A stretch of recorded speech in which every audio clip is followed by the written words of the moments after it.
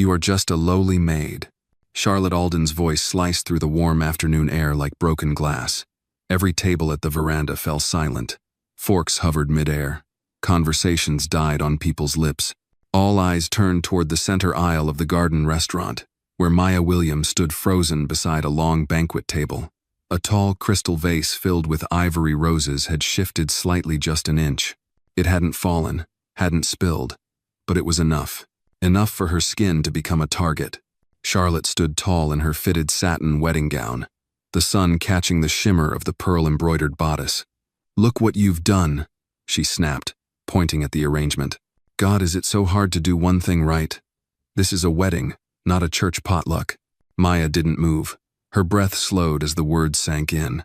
She had worked this job long enough to hear condescension wrapped in politeness. But today, there was no veil. "I'm sorry," Maya said calmly. "It's only shifted slightly. I'll adjust it now." But Charlotte's mother, Margaret Alden, stepped forward, lips pursed like she'd bitten a lemon. "That's not how we do things here. You people should know better than to touch what you can't afford." Maya's hands paused mid-reach. "You people?" Margaret met her gaze without flinching. "Help, staff, whatever you want to call yourselves." Her eyes flicked to Maya's skin. "This is why we ask the agency to be more selective. Appearances matter." The murmur among the guests turned into a hush that seemed to grip the entire garden. Maya felt it all, the weight of eyes, the sting of being diminished not for what she had done, but for who she was. Charlotte crossed her arms, voice laced with venom. "Don't act like you don't know what we mean. You're just background. That's your role. So if you want to keep your little paycheck, maybe you should drop to your knees and apologize. Publicly." Maya straightened slowly, the vase steady in her hand. "I've already apologized. I'll fix the centerpiece, but I won't kneel." Charlotte's cheeks turned red. "You people always act like victims, always trying to act like you belong in our world." A collective gasp swept across the lawn. Glass clinked somewhere in the distance. Then came a new voice, low, measured, yet vibrating with restrained fury. "What did you just say?" Grant Kingsley, the groom. He had stepped forward from behind the floral archway, tall and imposing in his tailored tuxedo. His face was unreadable, but his eyes were locked on Charlotte. Charlotte blinked. "Darlings hate disrespected me." Grant didn't move. "And you disrespected my father." Charlotte froze. "My father," he continued, "is a black man, the man who raised me, the man you invited to sit in the front row today. When you talk down to Maya like that, you're not just insulting her, you're insulting him, and you're insulting me." If you felt the weight of Grant's stance, if Maya's quiet refusal spoke louder than any shout, then don't let this moment pass. Like if you believe dignity is worth more than diamonds, and comment where you're watching from, someone near you might need this story too. Margaret bristled. "Grant, let's take this privately." He cut her off with a look. This is public. You both made it public." He turned to the gathering guests. "I won't marry into a family that looks at people like Maya and sees less than. I won't stand next to someone who believes skin color determines worth." Charlotte took a step forward, her voice cracking. "You're overreacting. I'm seeing clearly for the first time." He pulled the ring from his finger, held it for a moment, then dropped it into Charlotte's trembling hand. "This wedding is off." Gasps, murmurs, and chairs scraping against concrete followed like waves breaking all at once. Several guests stood up, some leaving, others shaking their heads in disbelief. Charlotte looked around wildly, but no one came to her defense. Margaret opened her mouth, then closed it. Maya remained still. Her hands no longer trembled. She had said nothing cruel. She had told no lie. She had only refused to kneel. And that, somehow, was enough to turn a wedding into an awakening. Maya didn't remember how her feet moved. She only knew they did slowly, steadily away from the table, away from the wreckage of what was supposed to be the perfect wedding.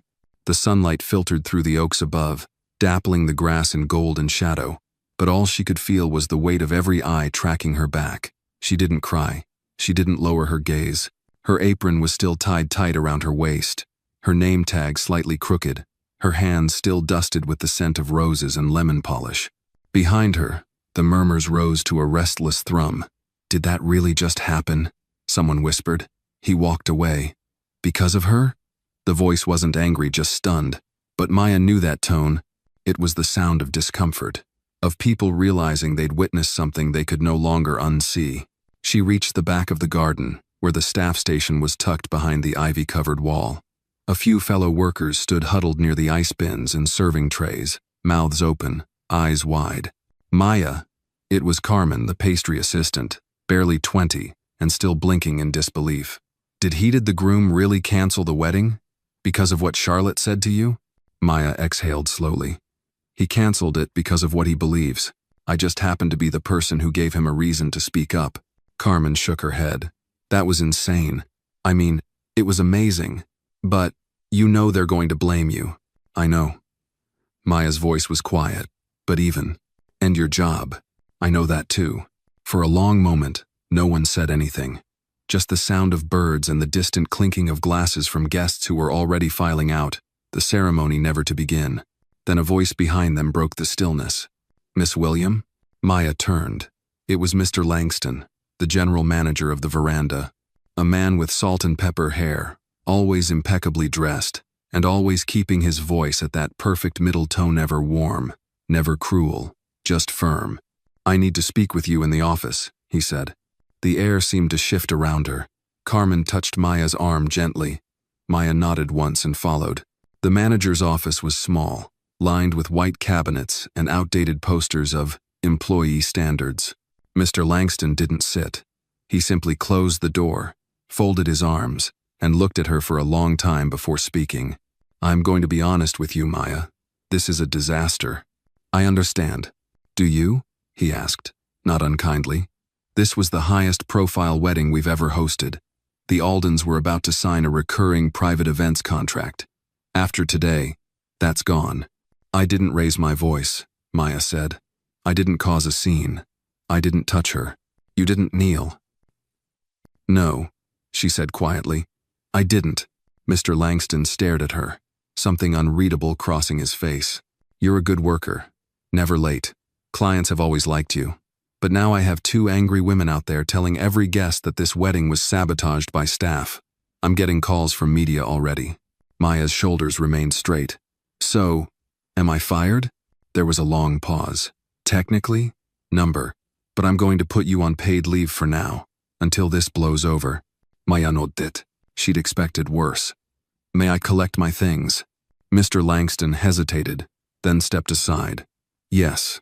She stepped out of the office, her heart oddly calm. There was nothing left to argue for here.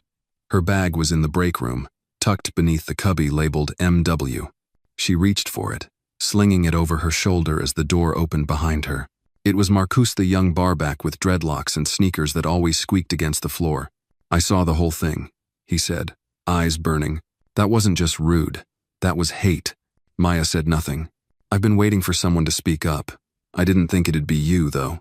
His voice cracked with admiration. They told us to stay quiet. Always stay quiet. I wasn't trying to make a scene, she said. You didn't. You made a stand. She looked at him, this kid who was barely old enough to drink, who cleaned up spilled champagne for rich strangers every weekend and learned to smile through being invisible. He didn't look invisible now. He looked alive. I'm proud of you, he said softly. Maya blinked. Thank you, Marcus. She stepped out into the parking lot and was halfway to her old Corolla when she heard footsteps behind her. Maya. It was Grant. She turned, startled. He was no longer in the tuxedo jacket, just the white dress shirt rolled up to his elbows, collar loosened, no tie. His face still held the weight of what had just unraveled, but there was something steadier in his walk now, like a man who'd finally stopped pretending. I'm sorry to stop you, he said, approaching slowly. I just needed to say something. You don't owe me anything, Mr. Kingsley. I think I do, he said. You stood when you didn't have to, and I saw it. I'll be honest, if you hadn't, I might have gone through with it. I might have ignored the voice in my head telling me something wasn't right. Maya frowned slightly. You would have found out sooner or later. Yeah, he said, but maybe not in time. She didn't know what to say. He looked tired, but not broken. Listen, he continued, shifting his weight. I'm not just a CEO. I help run a hospitality group. We're opening a new concept in Austin, small format, community-based, locally staffed, and I'm putting together a team, a leadership team. I want people who see the world for what it is, who don't flinch when it matters. Would you consider joining us? Maya stared at him. Doing what? Managing, front-of-house operations, hiring, culture. We're building this place from scratch, Maya. I want it to be a space where no one is ever asked to kneel for dignity. She swallowed hard. The weight of the day crashed into her all at once. You're offering me a job? I'm offering you a chance to build something better. The wind blew a curl of her hair across her face. She brushed it aside. I'll think about it. He smiled. Fair enough. As he turned to walk away, she called after him. Grant? He looked back. Thank you for seeing what they didn't. I was raised to know better, he said. My father made sure of that. And then he was gone. Maya stood beside her car for a long time, watching the breeze move through the trees, lifting petals from the arch that would never be walked under. The wedding was off. Her job was gone. But for the first time in a long time, she felt something she hadn't felt since she was a little girl in her grandmother's kitchen, humming hymns and kneading dough. She felt seen, and that was more powerful than any apology. The next morning, Maya awoke to the sound of her phone buzzing against the nightstand. Her eyes were still heavy, her body sore from the long shift and even longer emotional weight of the day before. For a second, she didn't recall the garden, the shouting, the stares. Then the words came back like a slap. You are just a lowly maid. She sat up slowly, reaching for the phone. 53 missed notifications. The first message was from Carmen. Girl, you're everywhere. Check the news. The second was from Marcus. They're talking about you on the local station, and not in a bad way.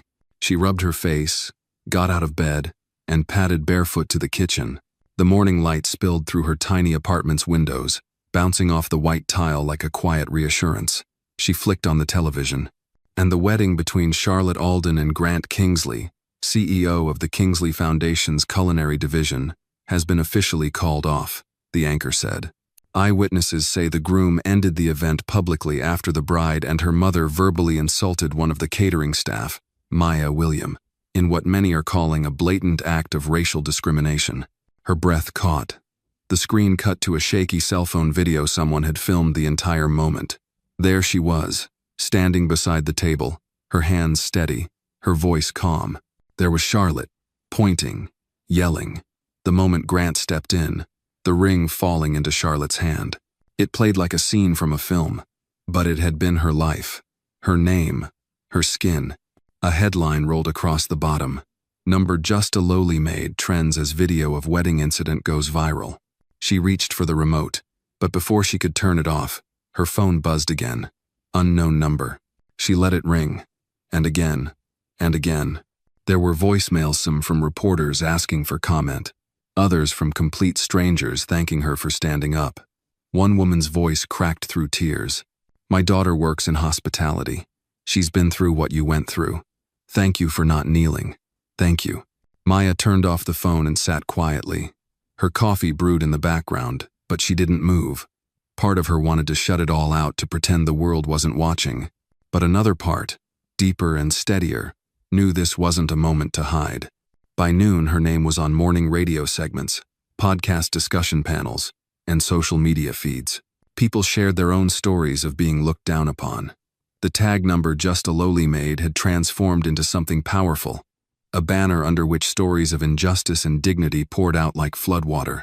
But not all the voices were kind. Scrolling through a few comment sections, she saw the ugliness too. She ruined a rich girl's life for attention. She should have just done her job. Another angry black woman causing problems. It stung. Not because it was new, but because it was loud. And yet none of it could drown out what Grant had said. You didn't cause a scene.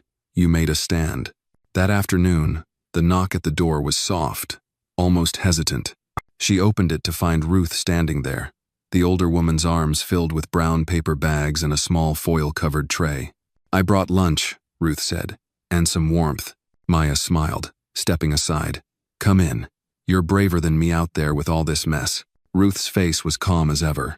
You think I'm scared of some noise on the news? Honey, I've been told to go to the back since 1973. You just gave people a new reason to push forward. They sat together at the small kitchen table, sharing collard greens, fried catfish, and sweet tea. It tasted like home, like memory. Ruth dabbed her napkin, then leaned in. You should know, they're panicking. Margaret Alden's PR team released a statement this morning. Said it was all a misunderstanding. Said you overreacted. Huh. Maya's jaw tightened. I said 2 words. I won't kneel. I know, Ruth said. They also lost 2 business sponsors, and Charlotte's father, he's distancing himself. Rumor is, their family brand may not survive this one. Maya didn't smile. She didn't want to feel joy over someone else's fall. But she did feel something deeper, the balance shifting. Later that evening, she received a message request on social media. The name made her freeze. Charlotte Alden. She opened it slowly. I'm sorry. For what I said. For how I said it. I was overwhelmed. I didn't mean it that way. I hope one day you can forgive me. No voice. No video. Just words, typed from behind a screen. Maya didn't respond. That night, her phone rang again. This time, it was a number she recognized. Grant. She answered after the second ring. Hi, he said, his voice low and steady. Hi. I didn't want to disturb you, he said. But I thought you should know I've met with my team today. We've decided to move forward with the new restaurant concept. We're calling it Uprise. We'll hire full-time staff, good wages, mental health support, education stipends, and every leadership position will be held by people of color. Maya blinked. That's incredible. I meant what I said, Maya. I want you on my team, not as a symbol, not because of this incident, but because you're exactly the kind of person I trust to lead with grace under pressure. You were calm, composed. You knew your worth. She hesitated. I don't have a degree in management. I've never even led a team. You've led by example, he said, and that's more than most people with degrees ever learn. She swallowed the lump in her throat. Then yes, I accept. There was a long pause on the other end, a breath. Then, welcome aboard. They hung up. Maya sat in the quiet again. But this time the silence wasn't heavy. It was filled with potential, the kind that lingers in the air just before sunrise. In the days that followed, news of Uprise spread. Some praised the bold vision. Others called it reactive, divisive. But Grant didn't flinch, and neither did Maya. She met with the design team, walked through the half-finished restaurant space, an old jazz club being reborn. She sat in on hiring meetings. She spoke with community leaders. People came to her not for sympathy, but for guidance. And every time someone called her Miss William, or offered her a seat at the table, she remembered that day in the garden, that vase, that cloth, that voice yelling lowly Maid. She remembered not kneeling. And because she hadn't, everything changed. By the end of the week, a new plaque was installed at the front of the restaurant in progress. It read, Uprise, founded on dignity, led by grace, built for all. And beneath it, a smaller line in etched bronze, inspired by Maya William, who stood when silence was easier. The soft click of Maya's heels echoed through the unfinished space of Uprise as she walked past exposed brick walls and floor plans taped to every window. Outside, Austin shimmered beneath the late afternoon sun, but inside, the restaurant in the making pulsed with quiet anticipation. Sheet-covered booths, stacks of menus waiting for approval, and a whiteboard filled with real names of real people hung on the back wall with the title, First Round Hires. Maya read every name twice. Carmen, Marcus, Ruth. Her chest filled with something almost too big for breath. A week ago, she'd walked away from a job that made her invisible. Now, she stood at the helm of something that promised to make others feel seen. Maya, you've got a minute? Grant's voice called from behind her. She turned to see him step down from the contractor's office, sleeves rolled again, phone in one hand, a manila folder in the other. I wanted to go over the floor plan changes with you. We're thinking of adding a community table right in the center, large, family style. What do you think? She studied the space. That would be powerful. Shared meals, shared stories. Feels right. He smiled. Exactly. I want this place to feel like somewhere your grandmother could have walked into without a second glance. Maya smiled gently. She would have insisted on checking the spice rack first. Grant laughed, then grew quiet. Listen, the press is still circling. They've requested interviews with you, CNN, a couple podcasts. I've told them you'd decide on your own terms. Maya's face shifted. I'm not sure yet. I don't want to be turned into a headline. I want to build something real. That's the story. I get it, he said. And for what it's worth, you're already telling it by being here. As they walked the length of the restaurant together, workers nodded to Maya with familiarity and growing reverence. She wasn't a symbol to them, she was their manager, their decision-maker, someone who remembered their names, asked about their lives, noticed when their hands shook or their eyes looked tired. She didn't lead from above. She led shoulder to shoulder. That night, she stayed late. The crew had gone home. The music had been turned off, and the only sound left was the hum of the streetlights through the wide front windows. Maya sat at one of the unvarnished booths, a notebook open in front of her. She was working on a staff handbook, not one filled with rules, but values. The first page bore only 3 sentences. We don't kneel to cruelty. We rise to dignity. We serve with pride, never shame. A knock at the window startled her. She looked up to see a familiar face, Ruth, standing outside with a paper bag in one hand and that look that always said, "You're forgetting to eat again." Maya opened the door. "Let me guess. Collard greens? Mac and cheese too," Ruth said, lifting the bag. "Come on. You need to feed that fire in your belly." They sat together under the soft hanging lights in the corner booth. The food warmed the room as much as the company. "They still talking about you on the radio," Ruth said, unwrapping a slice of cornbread. "But you know what caught me? It wasn't the drama. It was how many people called in after. People who've worked in kitchens, hotels, hospitals. People who've swallowed their pride for a paycheck. You didn't just spark a moment, Maya. You cracked something open." "I didn't want to," Maya said, her voice quiet. "I just didn't want to be humiliated." "And that's the thing," Ruth replied. "You stood up for yourself, but in doing that, you gave others permission to stand too." Maya stirred her sweet tea slowly. "Sometimes I wonder, what if he hadn't heard it? What if Grant hadn't stepped in?" Ruth's gaze was sharp, but kind. "Then you'd still be here, because you didn't rise because of him. He just happened to be watching." Later, after Ruth left, Maya walked back to the whiteboard with the staff list. She picked up the dry erase marker and wrote something above all the names. Everyone belongs. No exceptions. The next morning brought more than sunlight. It brought a letter, hand-delivered by courier, addressed to her personally. She opened it with hesitation, expecting media or worse legal trouble from the Aldens. Instead, it was from Grant's adoptive father, Harold Kingsley. "Maya, you don't know me personally, but I watched what happened last week with great interest and greater pride.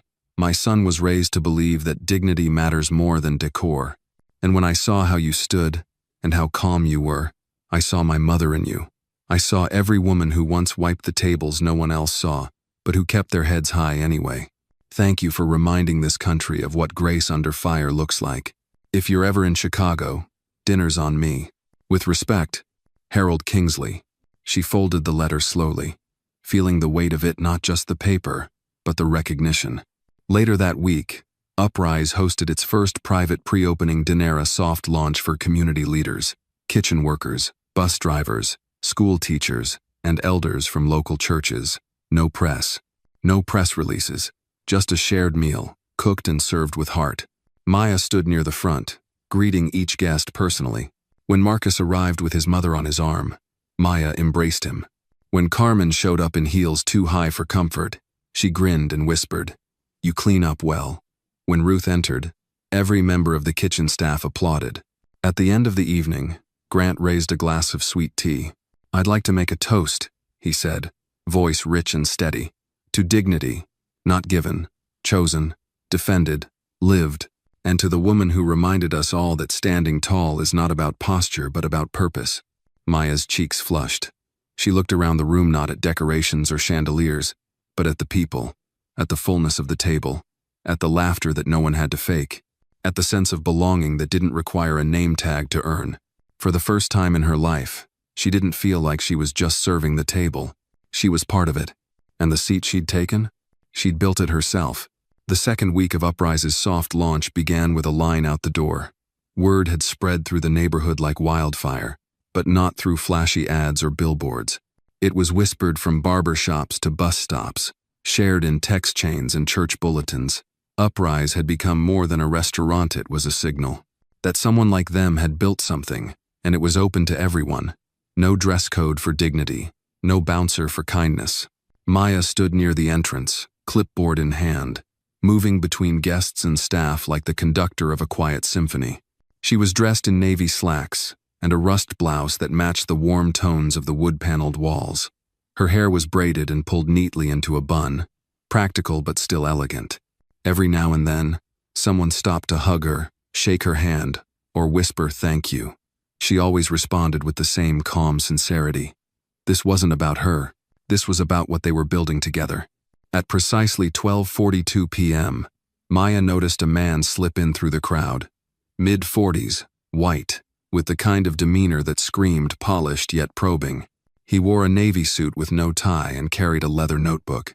He didn't ask for a table, just moved slowly, scanning the room like someone more interested in the story than the menu. Maya's eyes followed him as he chose a two-top table near the back, pulled out a chair, and opened the notebook. No phone, no laptop, just pen and paper, old school, observant, purposeful. Grant approached a few moments later, looking up from his phone. "Did you see him too?" Maya nodded. "He's not local. New York plates on the car he came out of," Grant muttered. "And he's not here for lunch. I'm betting he's press." Maya didn't flinch. "Let him watch." You sure? If we're doing this for the right reasons, we don't hide from it," she said. Grant exhaled, rubbing the back of his neck. "That's why you're in charge." She smiled faintly and walked to the kitchen. "Make sure Ruth doesn't oversalt the greens. You know she gets salty when she's nervous." Ruth barked a laugh from the stovetop. "Girl, please. I've been cooking since before you knew what seasoning was. I'm not nervous. He should be." Laughter rippled through the kitchen. At the back table, the man continued to scribble notes. Occasionally, he would glance up and watch Maya speak to a child about his allergy, or kneel beside an elder to ask how the cornbread tasted. He wrote down staff names when they introduced themselves. He never pulled out a recorder, never took a photo, just listened. Hours later, just as Maya was preparing to take her short break, the man approached her quietly near the bar. "Miss William?" She turned. "That's me." He extended a hand. "Stephen Lang. I write for The Atlantic. I figured you were a writer. You listen better than most." He smiled. "That's kind of you. I'd like to write about this place about you, but I won't run anything without your permission." She hesitated. "What angle are you chasing?" "None," he said. "I'm not here for the scandal. I'm here because I think people forgot what power really looks like, and I think you've reminded them." She studied him a moment longer, then gestured toward a nearby booth. "We can talk for 15 minutes. After that, I've got a delivery order to double-check." They sat, and Maya spoke plainly. About the wedding, about the insult, about not kneeling not out of pride, but out of self-respect.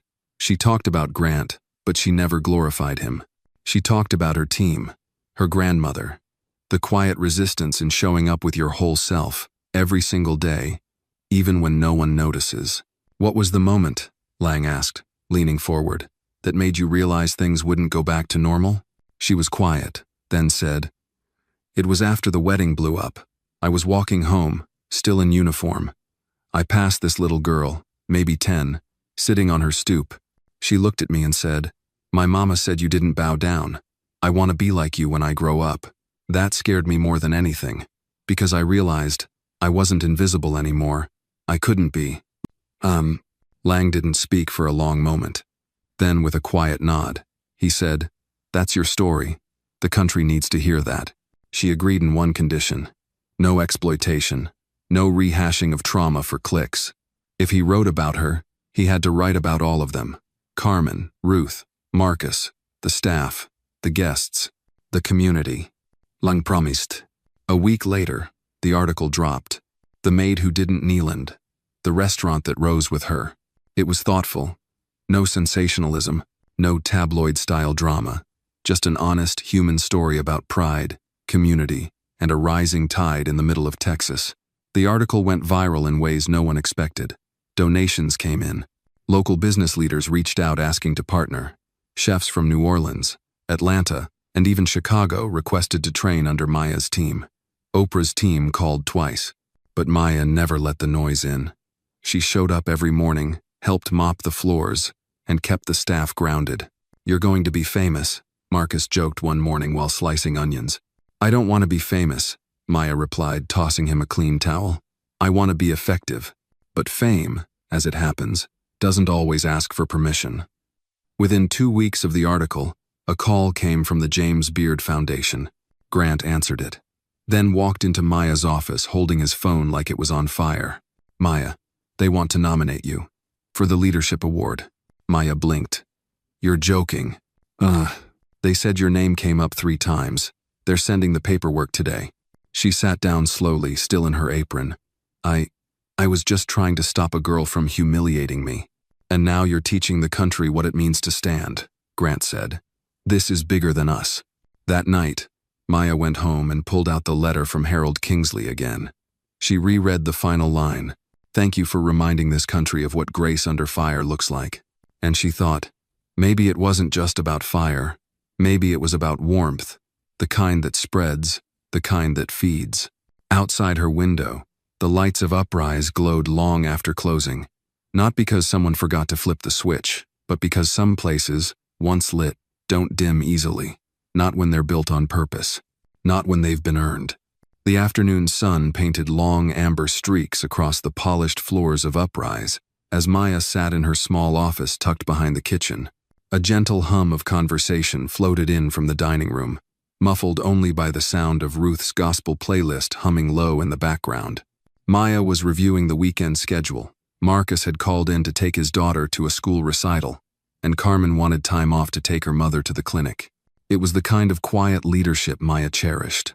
Nothing flashy, just the daily mechanics of trust, responsibility, and care. Then a knock tapped gently on the doorframe. She looked up to see Grant. His expression was unreadable, which instantly made her cautious. "There's someone out front asking for you," he said slowly. "Press again?" "No. It's personnel." She rose, slipping the schedule clipboard aside. "You gonna give me a hint?" Grant scratched the back of his neck. "Let's just say he's wearing a suit too nice for this heat, and his accent isn't from around here." That was enough. Maya walked past him, her breath already shortening. She had a strange kind of premonition that this wasn't a customer, wasn't a fan. It was a shadow. The moment she turned the corner into the dining room, she saw him. Standing just inside the door, as if unsure whether he was welcome, was a tall, broad-shouldered black man in a charcoal suit. His salt and pepper beard was meticulously trimmed, and he carried himself like someone who was used to owning rooms without announcing it. Maya froze. Her heart stopped for half a beat. "Mr. Kingsley," she breathed. He turned, and for a moment, the hard lines of his expression softened. "Miss William." The room quieted just slightly as staff and diners took notice. Maya motioned for him to follow her, leading him to the private lounge area they sometimes used for overflow or sensitive conversations. Once inside, she closed the door. "I didn't think I'd ever see you here." Harold Kingsley, billionaire businessman and Maya's former employer's adoptive father, didn't sit. Instead, he looked around the room, slowly, like he was trying to understand what exactly had emerged from the ashes of that ruined wedding. "I read the article," he said finally, "and then I read the follow-up. I figured I owed you a visit." Maya folded her arms across her chest. "You owe me nothing." "No," he said, looking her in the eye. "I owe you everything. And so does my son." Her breath caught. "He still hasn't spoken to me," Kingsley added, lowering himself into one of the chairs with a sigh. "But I don't blame him. I was blind. To her, to her mother, to how my silence gave them permission to act like they did." Maya sat slowly across from him, her posture still guarded. Kingsley looked up. "That day, I saw the video. Of you standing. Of her yelling. I didn't say a word. I was sitting beside friends who laughed like it was nothing. And I did nothing." Maya said nothing. Her silence was heavier than any accusation. "But what you've done since," his voice cracked slightly. "You didn't just stand. You built. You didn't tear them down, Maya. You lifted everyone else up." She looked at him carefully. "Why are you really here?" He hesitated. "Because I want to help. Quietly. No headlines. No handshakes for cameras. I want to invest. I want to give you whatever you need to take this further." She stared, unmoving. You think this is something money can fix? No, he admitted. I think this is something money should follow. There's a difference. She considered him, the sincerity in his voice, the weariness in his eyes, but also the privilege that still clung to him like an old cologne. You want to help, she said finally. Then help the people I help. Not just the restaurant. Fund the scholarship program we're starting. Support the food truck project in East Austin. Give kids something they can own, not just rent. He blinked, then nodded, slowly. You already have a plan. I've had a plan since the moment that girl screamed at me, she replied. I just stopped waiting for someone else to approve it. He stood. I'll get my people in touch, quietly. As he turned to leave, he paused. One more thing, Maya. She raised an eyebrow. I hope someday my son finds it in his heart to speak to me again. But until then, I'm glad he walked away from that altar. Because you showed him the kind of strength his father forgot to teach him. She didn't reply. Just let the words settle into the silence like ash on water. After he left, Maya sat alone for several minutes. She wasn't sure what shook her more, the fact that Harold Kingsley had come at all, or the possibility that his regret was real. Later that evening, Maya walked through the restaurant after closing. The chairs were stacked, the floors clean, and the scent of sweet potato and rosemary still lingered in the air. She ended up back at her office, only to find a small envelope slipped under the door. She picked it up. No name, no logo, just her name handwritten in looping cursive. Maya William. Inside was a check 7 figures and a sticky note, with 3 words. For the next one. No signature. She stared at it for a long while. Then she opened her desk drawer and slipped the check inside, not into her account, but into the folder labeled Community Equity Fund, Launch Phase. She closed the drawer with finality and whispered to herself, let's make them proud. Back at the kitchen, Ruth was humming again, wiping the counters for the 3rd time that day. Marcus had just finished locking the back door. Carmen was sitting on a stool scrolling through tomorrow's prep list. They were ready for the next wave, because the work never ended. And Maya had just opened the door to something far bigger than a restaurant. She had opened the door to a movement rooted not in resistance, but in rebirth. Built not on vengeance, but vision. And it was only just beginning. A week after the envelope arrived, Maya stood in front of a group of local small business owners in a modest community center off East 12th Street. The folding chairs creaked, the AC unit buzzed with tired effort, but the room pulsed with something electric hope. She cleared her throat, hands gripping the sides of the podium tighter than she meant to. I'm not here to talk about charity, she began. I'm here to talk about power. A few raised eyebrows met her bold tone. She continued. Power is when you own your space. When you can hire your neighbors, feed your people, and write your own contracts. For too long, we've been told we have to wait for someone to give us that. Not anymore. There was a murmur of approval. One older man in the second row, Mr. Colton, who'd run a soul food diner since 1974, nodded slowly. That nod meant something. We're launching the Community Equity Fund this fall, Maya announced. It's not just money. It's mentorship. It's credit building. It's legal support. It's every tool we never had but always deserved. A young Latina woman at the back raised her hand. Are you only supporting food businesses? No, Maya said, smiling. We're starting with what we know, but the goal is broader. Barbershops, bookstores, art studios. If it feeds the soul or the mind, it matters. The room erupted in light applause. Maya felt her throat tighten. This wasn't the wedding scene, where she'd stood under scrutiny and judgment. This was something new. This was ground rising beneath her feet. Later, as chairs were folded and coffee cups tossed, Marcus approached her, sleeves rolled up, sweat at his temples. You did good, he said, tapping her arm. Real good, she exhaled. I keep waiting for it all to collapse. He laughed. That's how you know it's real. Fake stuff doesn't make your stomach flip like this. She smiled faintly. I should get back. Ruth's training the new pastry chef tonight. They walked toward the car, the setting sun casting their long shadows down the cracked sidewalk. Just before they reached Maya's old sedan, Marcus paused. By the way, he said, you got a visitor earlier today. Oh? Didn't leave a name, but he asked about you. Said he used to know you back when you wore an apron and carried trays.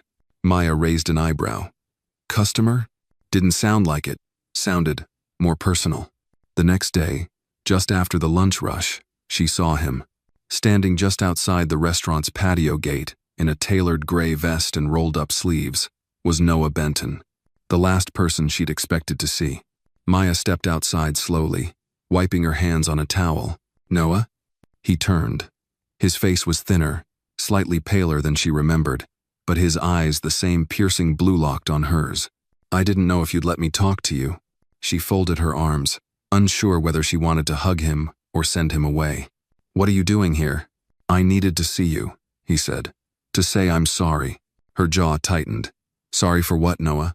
For letting me stand alone? For not speaking up when I was humiliated in front of your family? He flinched. Yes, all of it. The silence between them stretched. I was a coward, he said, voice low. You stood taller that day than I've stood in years. Maya took a breath. And now? I left the Kingsleys, he said. Gave up the name. I've been working with an educational nonprofit in Oakland, teaching coding to kids in public schools. She blinked. That she hadn't expected. I kept thinking of what you said. About building, not breaking. I didn't know how to make it right, but I had to start somewhere. She looked at him, really looked. He wasn't the groom she remembered from the altar lost between his fiancé and his father. He looked worn, but not weak. And now? She repeated. I want to help, he said, not for credit. Just because I believe in what you're doing. I believe in you. Maya hesitated. Her heart wanted to race ahead, but her mind remained cautious. Help how? I have connections, he said. Good ones. Foundations. Funders. I can make introductions. Quietly. Let the work speak. She considered it. Finally, she nodded. You'll work with Marcus, she said. You'll show up early, stay late, and never speak for us. He smiled, a little sad, a little relieved. Deal. The weeks that followed moved like fast-forward tape. The food truck program launched with 3 old vehicles purchased at auction and transformed by local artists. The scholarship fund accepted its first batch of applicantskids whose parents had never even dreamed of college. A small bookstore reopened with help from the equity fund, run by a retired teacher who cried when Maya handed her the first grant check. Maya barely had time to sleep. One night, she sat alone on the rooftop of her apartment building, watching the downtown skyline flicker. Ruth joined her, 2 mugs of mint tea in hand. You okay, baby? Maya took the cup. I think so. Feels like something's coming, Ruth said. Some big change. Maya nodded. I feel it too. They sipped in silence. Then Maya said, almost whispering, Do you ever wonder what would have happened if I had just knelt that day? Said I was sorry and moved on? Ruth turned, eyes fierce. Number. Because the girl who would have knelt ain't the woman building all this now. Maya smiled. It was small but real. The next day, a journalist from the New York Times called. They'd heard about Uprise, the fund, the food trucks. They wanted to feature Maya, a cover story. She hesitated, then said, Only if you also talk to Ruth, and Carmen, and Marcus, and the kids who got the scholarships. This isn't about me. The reporter paused, then agreed. 2 weeks later, the headline ran, The Maid Who Stood and Then Lifted Others. People across the country read it. Some cried, some gave, others just nodded, silently recognizing something that had long needed to be said.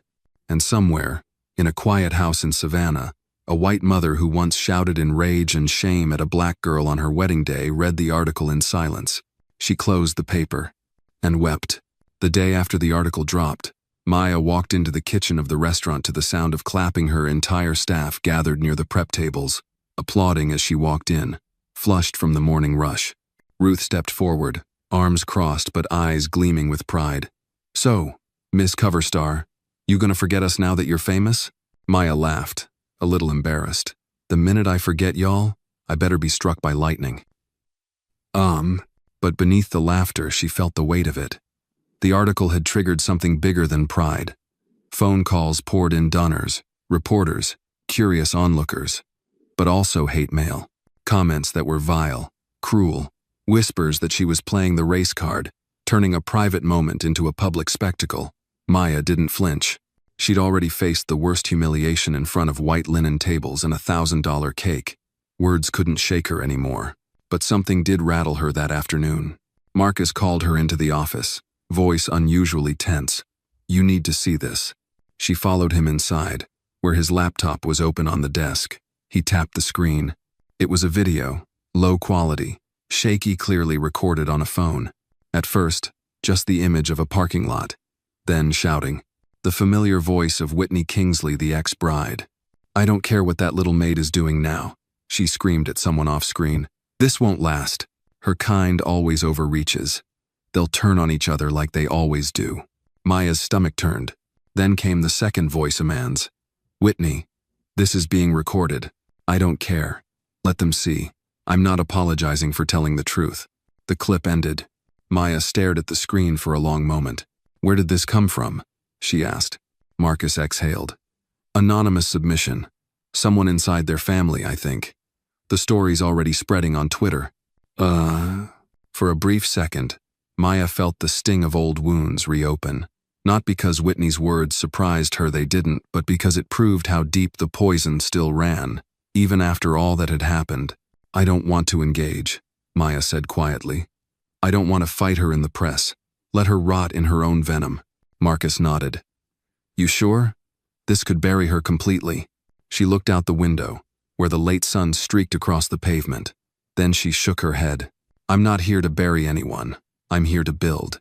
But karma didn't wait for her permission. By that weekend, Whitney's family was in full crisis mode. Their business deals, several of them already fragile, began to collapse. Sponsors pulled out. A major wedding fashion brand distanced itself publicly, citing a failure in values alignment. And the biggest blow came when her mother's interior design company lost its top investor after the clip aired on national news. Meanwhile, the restaurant doubled in reservations, not because Maya was chasing fame, but because people, especially those who had felt silenced, wanted to be part of something real, something rooted in dignity. One night, after hours, Maya sat on the back steps with Marcus. The air smelled of rosemary and citrus from the herb garden. The city buzzed gently in the background. "She's falling apart," Marcus said. "Whitney. Her whole image is imploding." Maya didn't answer right away. She always cared more about image than truth. She finally said, "This was inevitable." He studied her face. "Do you feel vindicated?" She turned to look at him. "I feel exhausted." They sat in silence. Then he added, "You still think we shouldn't respond?" Maya considered it. "I think we already did. With every meal we serve, every person we hire, every kid we help fund." Marcus smiled faintly. "You're relentless." "I'm consistent," she corrected. The following week, Maya received an unexpected invitation, an all-expenses-paid trip to Washington, D.C., to speak at a congressional roundtable on racial equity in the service industry.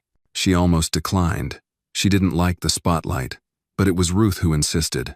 "You don't go for you," Ruth said, standing with her arms akimbo. "You go for the ones who'll never get invited, the maids who still cry in back hallways, the dishwashers no one sees."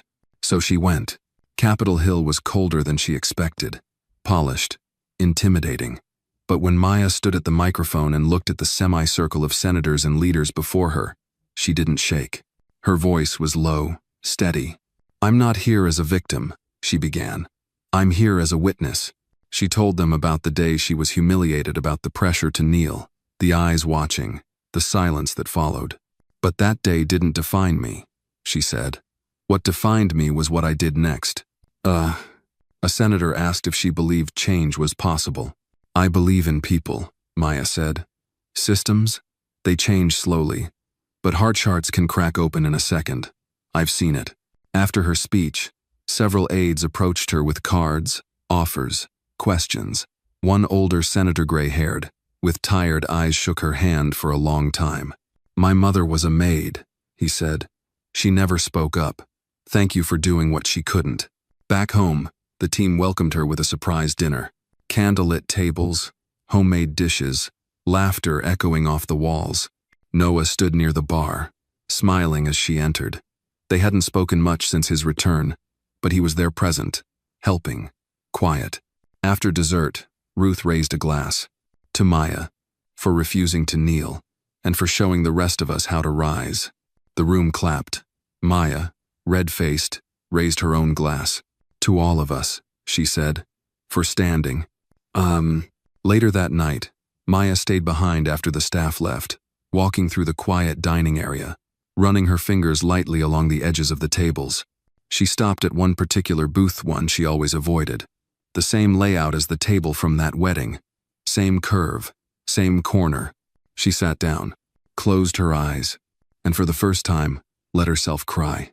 Not out of sadness, but out of something deeper, release. Because the table had turned, and this time, she was the one writing the menu. The morning air carried a strange stillness, a kind Maya hadn't felt since the first day she stood under the ruined wedding canopy, trembling but defiant. Now, months later, the restaurant thrived, overflowing not just with guests but with purpose. Yet even amidst this success, a quiet part of her still carried that moment. The moment she didn't kneel. She stood behind the front counter, scanning the reservation list. Today was fully booked, a Saturday brunch with a guest list that included a local mayor, a retired school principal, and even a pastor who once marched with Dr. King.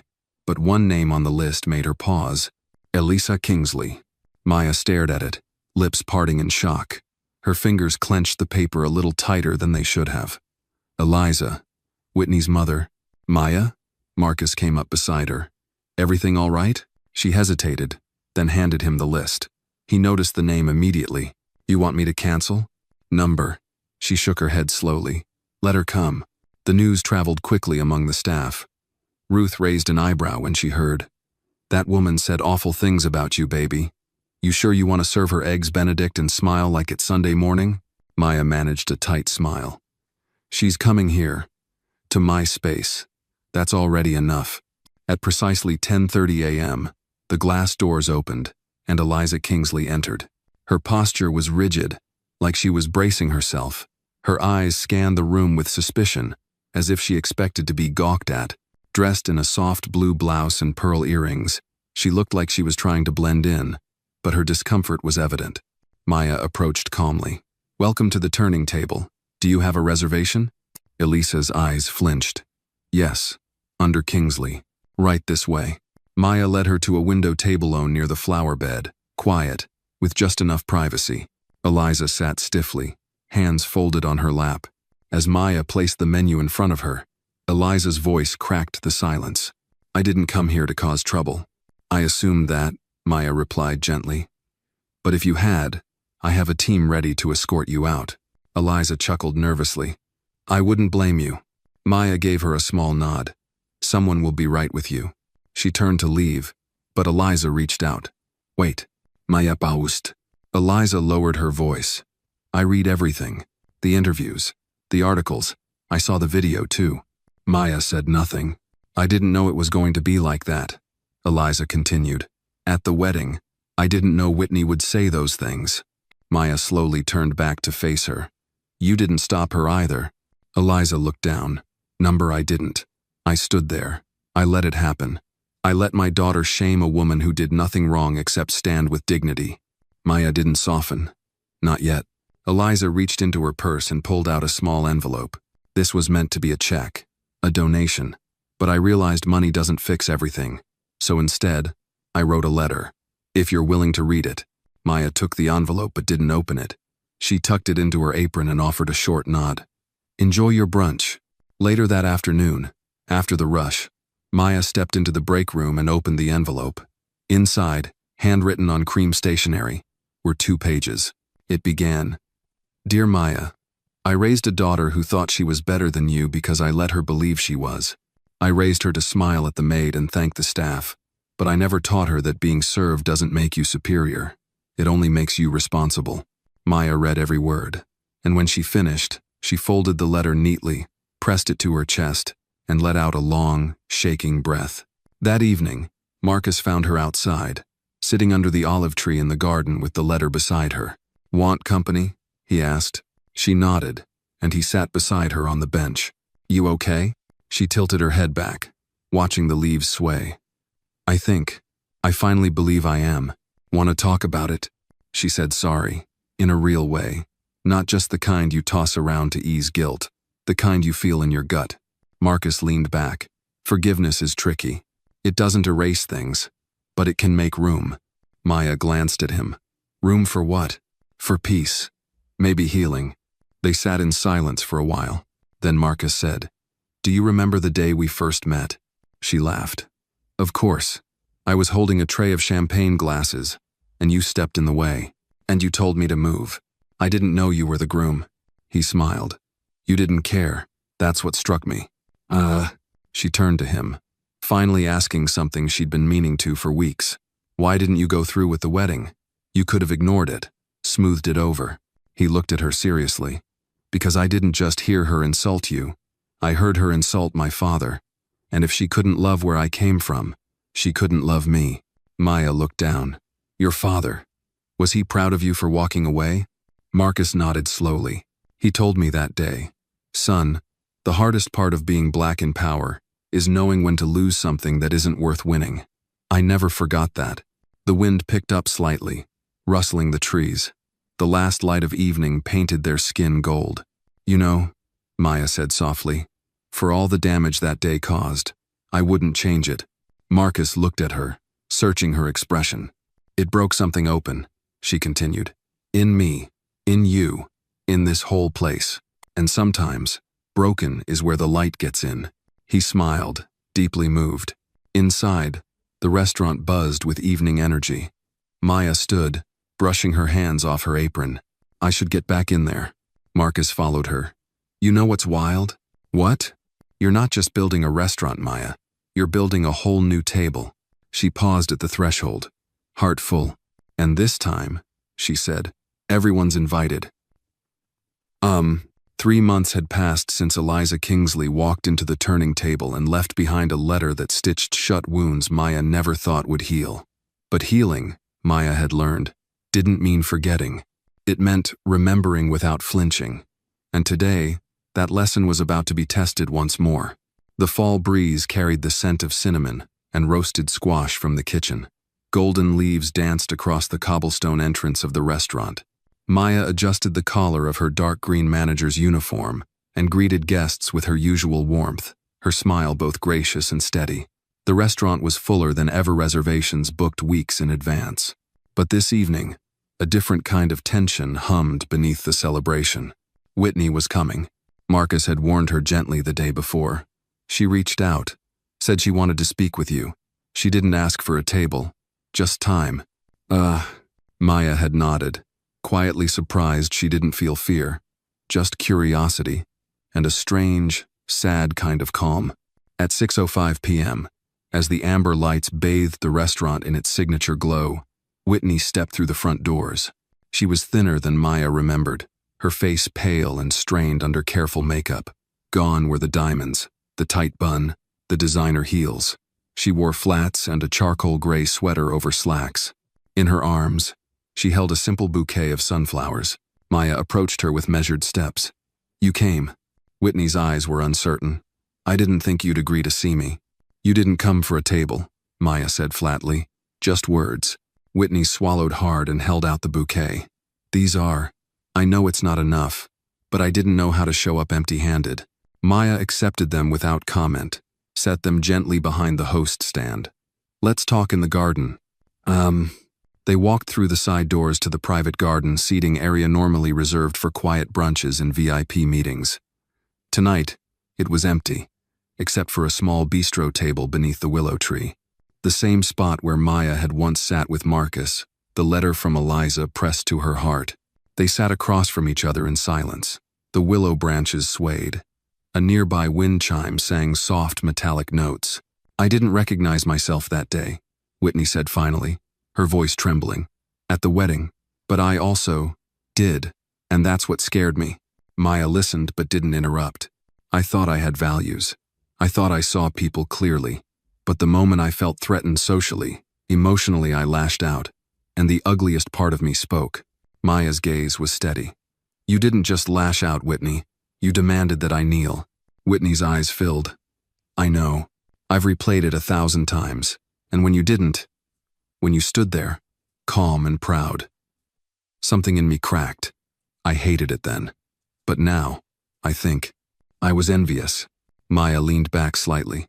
You were about to marry a man raised by a black father, a man who offered you his name, his life, and you saw his pride as something to tame. Whitney lowered her head. I know I lost more than a wedding that day. I lost him. I lost myself. And I came here tonight not to beg for forgiveness. I know I don't deserve that, but to thank you. That caught Maya off guard. Thank me? For waking me up, for making me look in the mirror. My mother never did. The people in my world never did. But you didn't flinch when the world was watching. You gave me a moment I couldn't run from. Maya didn't speak right away.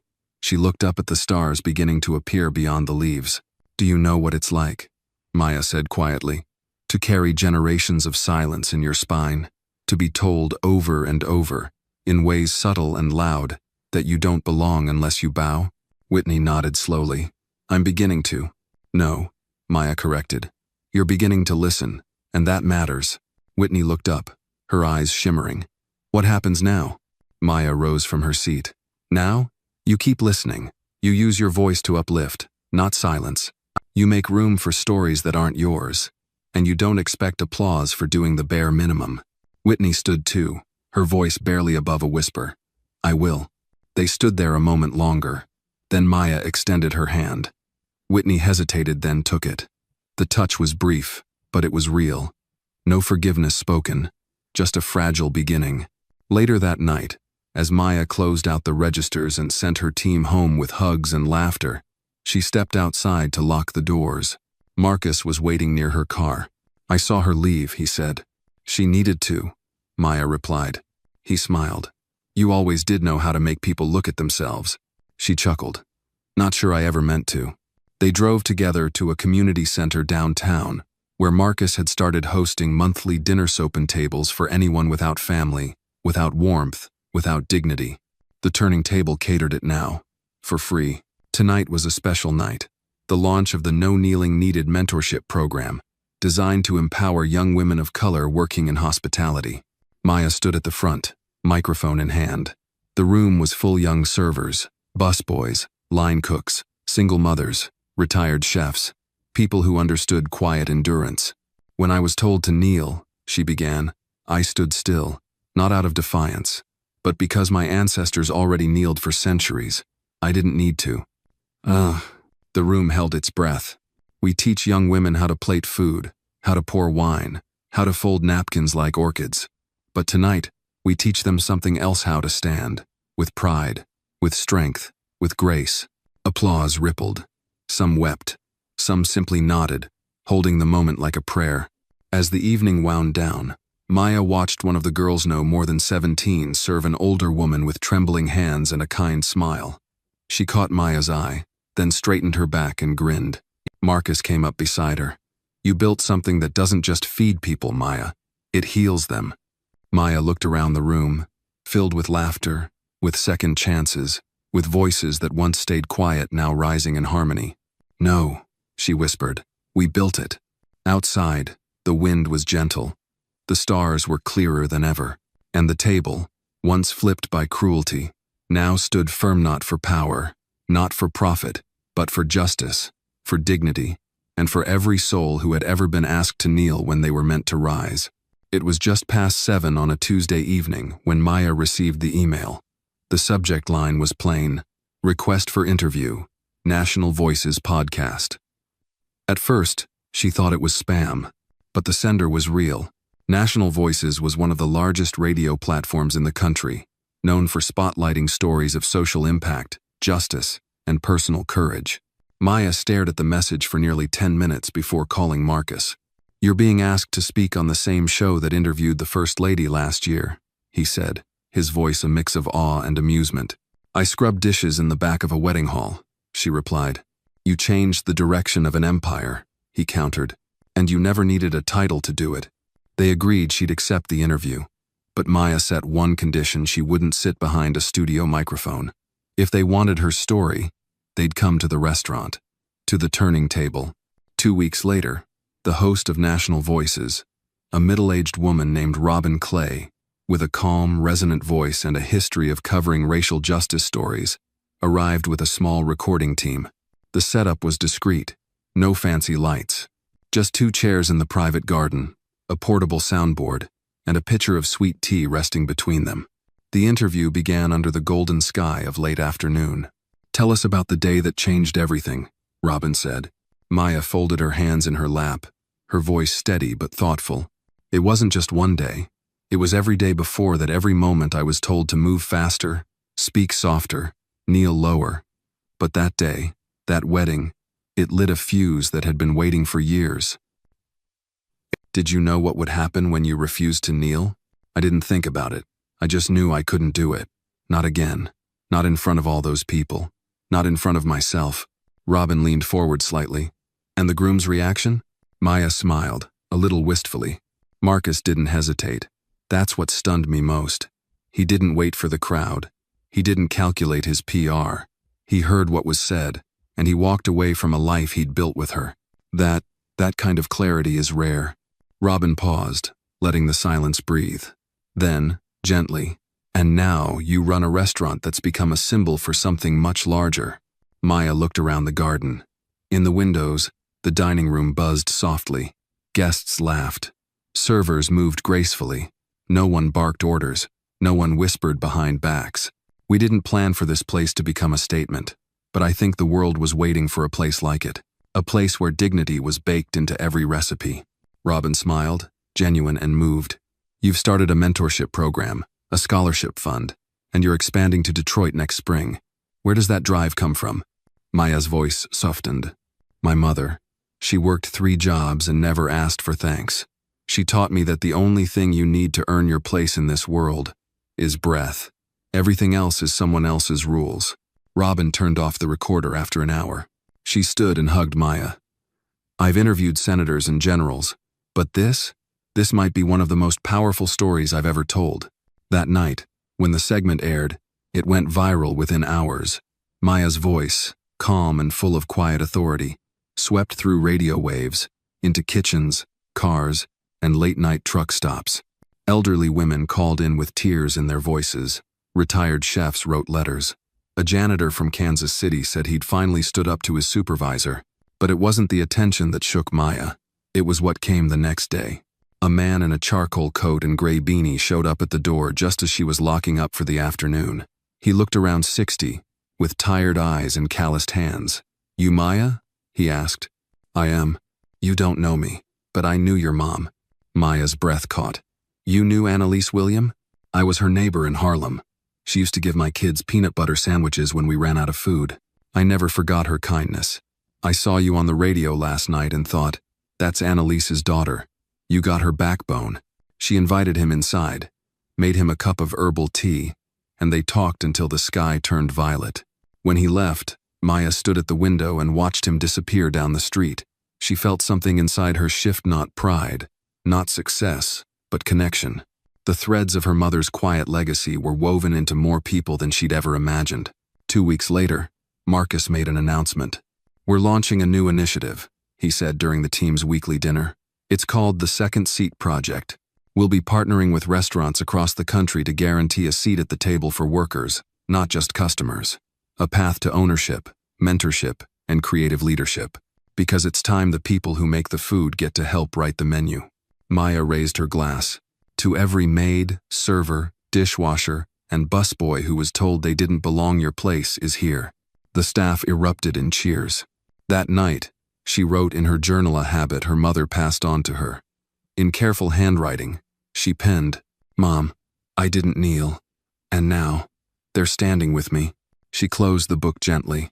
Later that month, she received an invitation, unexpected, ornate, with golden trim. It was from the city council. Maya William had been nominated for the Civic Honor Award, recognizing individuals who contributed to social transformation through community leadership. She stared at the letter, stunned. Marcus found her on the porch, holding it in both hands. "You deserve it," he said softly. "I never asked for any of this," she whispered. "But you earned all of it." She nodded, then asked, "Will you go with me?" He smiled. "I wouldn't miss it." On the night of the ceremony, Maya walked into the auditorium not in heels and pearls, but in her uniform, the same one she wore the day of the wedding that changed her life. She wore it to remind herself and the world where she came from. As she stepped onto the stage, she scanned the crowd. There, in the second row, sat a young black girl no older than 9, clutching her father's hand, eyes wide with awe. Maya smiled. She took the microphone. There was a time when I believed my job defined my worth. But I've come to understand that who you serve doesn't matter nearly as much as how you carry yourself. I stood when I was told to kneel. And because of that, others are standing too. The applause rolled like thunder. And somewhere deep inside her, Maya felt it, not pride, not fame, peace. Because sometimes, justice doesn't arrive with sirens or courts. Sometimes, it arrives at a dinner table, and everyone, yes, everyone deserves a seat. The morning of the grand reopening of the Turning Table's second location in Detroit arrived beneath a sky streaked with soft amber light. Snow hadn't fallen yet, but the air held that quiet tension, the kind that signals change. Maya stood in front of the mirror in her modest hotel room, adjusting the same dark green server's apron she had worn the day she refused to kneel. It had become more than a uniform. It was a symbol, now a cloth woven with memory, pain, and power. Downstairs, the team bustled with energy. Marcus, standing near the host podium, checked his watch while giving last-minute instructions to the new staff. The kitchen clattered with preparation: fried catfish, collard greens, cornbread with a honey glaze, and peach cobbler. It wasn't just a restaurant. It was a place where heritage could breathe again. Maya descended the stairs slowly. When Marcus saw her, he smiled, a kind of smile that held the memory of every battle they had survived together. "Ready?" he asked. She looked around. At the team, at the polished tables, at the welcome sign etched in brass that read, "For those who were once told, not your place, this is yours." "More than ready," she said. But as they turned toward the entrance, a quiet knock interrupted them. A boy, no more than 17, stood outside with a white envelope in his hand and nervous energy in his shoulders. He had on a faded hoodie and held a red bike helmet. "I'm sorry," he said. "Are you Maya William?" "Yes," she said gently. "I was told to give you this." He handed her the envelope, nodded, and walked off before she could ask anything else. Marcus raised a brow. "Secret admirer?" She opened the envelope and read, "I watched the broadcast. My daughter did too. And for the first time she saw someone who looked like her, commanding a room of power without raising her voice. You gave us something we didn't know we were missing. Eleanor Carver." Maya exhaled sharply. Eleanor Carver, the same matriarch who had tried to make her kneel, whose daughter's wedding she had disrupted. Maya hadn't thought of her in months. And yet, something in the note wasn't bitterness or sarcasm. It felt raw, humbled. She slipped the note into her apron pocket. "Come on," she said to Marcus. "Let's open the doors." By noon, the place was packed. Some came for the food. Most came for the story. Maya moved from table to table, not as a hostess, but as a witness. An elderly woman with graying braids clasped her hand and said, "I haven't felt this scene in 50 years. A father with 2 teenage sons whispered, "They're watching you, Miss William. They're learning." Around 2 o'clock, a familiar figure appeared in the doorway. It was Robin Clay, the radio host from National Voices. "I couldn't miss this," she said. "You've become something bigger than a voice on the airwaves. You're the echo in a lot of people's hearts." Maya offered her a seat, but Robin shook her head. "I'm not staying. I just wanted to give you this." She handed her a small wooden box, smooth and dark. Inside was a plaque that read, "In honor of Maya, William, whose silence spoke louder than noise, whose stillness moved mountains." For a moment, Maya couldn't speak. She only nodded, eyes shimmering. As evening came, Marcus called everyone to gather in the courtyard. Fairy lights blinked overhead, casting a soft golden hue. Staff members stood beside guests, breaking bread together. It felt sacred, like church, like home, like something ancient reborn. Marcus lifted his glass. "I want to say something before the night ends," he began. "A few months ago, I walked away from a wedding that would have cost me everything. Money, image, alliances. But what I walked into was worth 10 times more, a truth I had buried. A legacy I needed to claim." He turned to Maya. "And then there's you," he said, his voice catching slightly. "You didn't just challenge injustice. You rewrote the whole script. You reminded all of us that sometimes the most powerful act isn't shouting, it's standing tall when everyone wants you on your knees. A long silence followed. Then, one by one, people began to rise and place a single flower on a long empty table set up against the wall. No nameplate, no candles, just a plain wooden surface. Maya looked to Marcus, confused. He leaned in and whispered, "It's for all the ones who never got to sit at the table." She blinked. Her throat tightened. One man laid down a magnolia. A woman followed with a bundle of daisies. A child placed a handmade paper flower. And Maya? She placed the envelope from Eleanor Carver and sealed, open, exposed. It was the final offering. Later, as they cleaned up, Maya found herself alone in the kitchen. The sounds of celebration had quieted. Dishes were stacked. The last pot had simmered. She wiped her hands, turned off the last light, and looked around. Her mother would have loved this place. "Mama," she whispered, as if she were nearby. "We made it." She stepped outside, where snow had begun to fall lightly, dusting the ground in white. Marcus was waiting at the curb. He opened the car door for her. "Where to now?" She smiled. "Home. Still in your uniform?" he teased. "Always," she said. As they pulled away, the lights from the turning table glowed behind them like a beacon. And though the world outside was still bruised with injustice and division, inside that one place where a maid once stood tall and refused to kneel, hope was seated firmly at every table, and it would never get up again.